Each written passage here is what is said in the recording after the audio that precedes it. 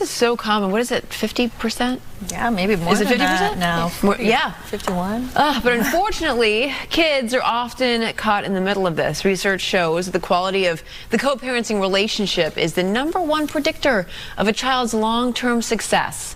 Gabriella Pomare is an award-winning divorce lawyer and author of the book, The Collaborative Co-Parents, and she joins us now to talk about it. Welcome back. Welcome back. Thank you for having me again. Thanks for being here. Okay, so the collaborative co-parent, I mean, it's true. You think of some people who are able to make it work, and they're healthy with it, and then others, not so much. Not so much. What's the difference? What are these people who are doing it right? What are they doing? Yeah, I think realistically they're putting their kids first. I mean, divorce and separation, it's an emotional roller coaster. We're full of grief and anger and betrayal, but as adults and as the mature ones, we need to try and put that behind us, and at the forefront of our minds for every decision and everything we do needs to be our kids, because they're the important ones. Yeah, it's true. And kids are a lot smarter and emotionally intuitive than we give them credit for. So what are some of the, you start off in the book by talking about, children don't break from divorce. It's not necessarily the split that's the problem. It's the conflict that happens in between. Absolutely. I think everyone thinks children break from divorce, and we talk about the idea of a broken family. The broken family doesn't exist. You get the opportunity, new family, new rules, and children are resilient. They can go between two homes easily if the parents wake up to themselves, and as hard as it is, put that emotion, again, aside you, and get rid of the conflict. Try to get on as best as you can, improve your communication. Don't use your children as messengers. They're the things that we need to be doing to make that transition easier for them, and they will cope. Yeah, I think this is important, though, to discuss any kind of family, because I know a lot of my children's friends deal with that, like, oh, whose house is your friend at this weekend, or can we do a play date with so-and-so, but they're somewhere else, and you have to explain it to your own kid, even though you're not going through it, per se. That's right. Look, I deal with it myself. My son's often asking, but why am I different? I'm going between your house and Dad's house, and he's still trying to understand that as a 5-year-old, and I'm still trying to work out how do I explain it.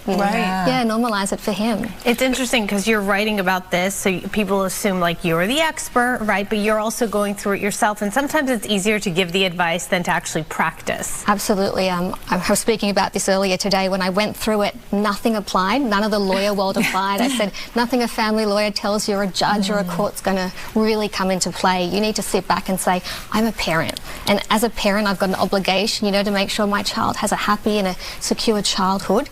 And I need to co-parent and do that effectively and healthily so that, your children do have that healthy and safe childhood. What is the best way to explain to a child who might really not know what's going on? Why am I being shuffled from, mom's house to dad's house? How do you explain to them what's happening? Yeah, I think first and foremost they need to know they're loved and that they're safe, because emotional safety for a child is really important more than anything else. And as long as they know that they've got stability too and consistency in their routine, they're going to be okay. And the biggest thing is, and I tell everyone this, is a child needs to feel okay loving both parents and communicating with both parents. The worst thing is when you've got a mum or a dad not wanting to hear about that other parent, or not making their child feel okay for loving the other parent. They need to know that's all right for them, because that's what makes it easier as well, living and coming and going between the two homes. Or speaking negatively about the other parent, that's probably one of those biggest things, that complaining about the other parent, right? All the time. And also just speaking badly about the other parent in front of that child. I mean, we tend to do it. You've got a girlfriend, or you've got your sister around, and you have to be careful. Yeah, you want to talk about how terrible. Competing for your child's affection, right? That's where you see a lot of times one parent is spoiling the kid or going against the boundaries or the right guidelines or rules that were initially set up, maybe between the both of you, and then one parent goes beyond that. Yeah, it's natural. I mean, we want to win. We want to show off, Christmas time, birthdays, it's who can get the bigger and better present or who can go on the better holiday, but we need to try and avoid that, because you're putting your child in the middle again of that conflict, and then they're trying to pick sides, or they feel guilty maybe for having fun with that other parent. I think the big thing is you have to let go of your ego, because it all comes down to that, it seems like, right? If you're putting your child first, you have to let go of your ego. And that's hard, isn't it? Because again, ego is very important to all of us as adults, and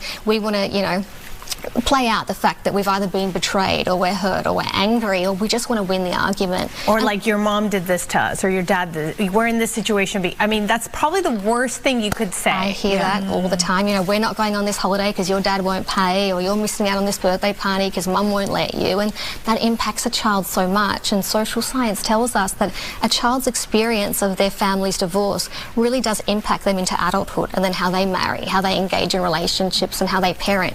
So I think as co-parents and separated parents, we need to remember that when we're making decisions and communicating. I think about even in like cases of child abuse, like the child will still love their parent through all of it, you know, and so you have to be cognizant of like the things that you say and the things that you do. Like the kid just wants to feel loved. Absolutely. Like that's it. And it wouldn't matter what you say half the time, that child is still going to love their parents. So you can tell them how bad their mum or their dad are, but you know, a child is half their parent. You know, they're 50-50 mum and dad. So if you're telling a child, I really dislike dad, that child's thinking, then do you dislike me? Yeah, they're thinking that there must be something wrong with me at that point. Exactly. When you're saying co-parent, obviously both parents have to be on the same page. So that's like a whole other challenge, right? Because one parent might be like, oh, let's co-parent, I'm all about it, and the other person might not be as receptive. So how do you deal with that? Yeah, not all separated families can co-parent or co-parent well. There's another concept of parallel parenting, which is okay too. What's that? Parallel parenting is where you may not be making joint decisions together, you may not be best of friends, but you're still doing things in the best interest of your children, albeit separately. Okay, so you're, I guess, you can't make those decisions together, but whatever you're doing, so on my day I make my decisions, on the other parent's day they make their decisions, but we still have that same goal and purpose, which is what's best for our child. And that agreement that you're going to parallel parent, right? Yeah, and I think realistically, whichever way you do it, as long as whatever you're doing has your child at the forefront and you know the decision I'm making or what I'm saying, what I'm doing is impacting them, then you're doing the right thing. And if you can learn to just try and communicate even a little bit better, you're on a step to becoming better co-parents. How long have you been divorced? 5 years. 5 years? Yeah, my son was only 1, so 4 years. He was 1 at the time. So he was very young and I didn't think it would impact him, but you know, it plays out throughout childhood. Really? Oh, interesting. But he doesn't have memories of you. That's what I thought too, and my family lawyer hat certainly said this is the best age because you know we're taking away the conflict from him, but he comes home from school constantly wondering why he's different, why his mum and dad can't just be together. I think it's just like the modern times that we're living in, right? Like what is a normal family life? There is no such thing. There's really not. Nuclear family anymore. No, parents and 2 kids. There's a lot of parents who aren't married. You know what I mean? Parents who are older. The support system might extend to like the grandparents or the aunts and uncles. 2 dads, 2 moms. That's right. There's so many different There aren't shapes. no rules anymore. And I think that's the beauty of modern life, is that there isn't that stigma necessarily of the typical nuclear family. And there used to be so much shame with divorce and separation. You know, people wouldn't separate. They'd say we're going to stay under the same roof because we don't want our kids experiencing that. But that can be so much worse too. Of course, yeah. So it's an unhealthy environment. Exactly. So get rid of that shame and the stigma and do what's right for you and your family. And, you know, whether you're a blended family, a step family, or a nuclear family, it doesn't matter as long as children are protected and conflict isn't playing out within the home. Yeah, as long as they feel safe and they feel loved. That's really all that matters. Yeah. Okay, so the collaborative co-parent, check it out. Available now. Thank you so much Thank you. for being here. Appreciate it.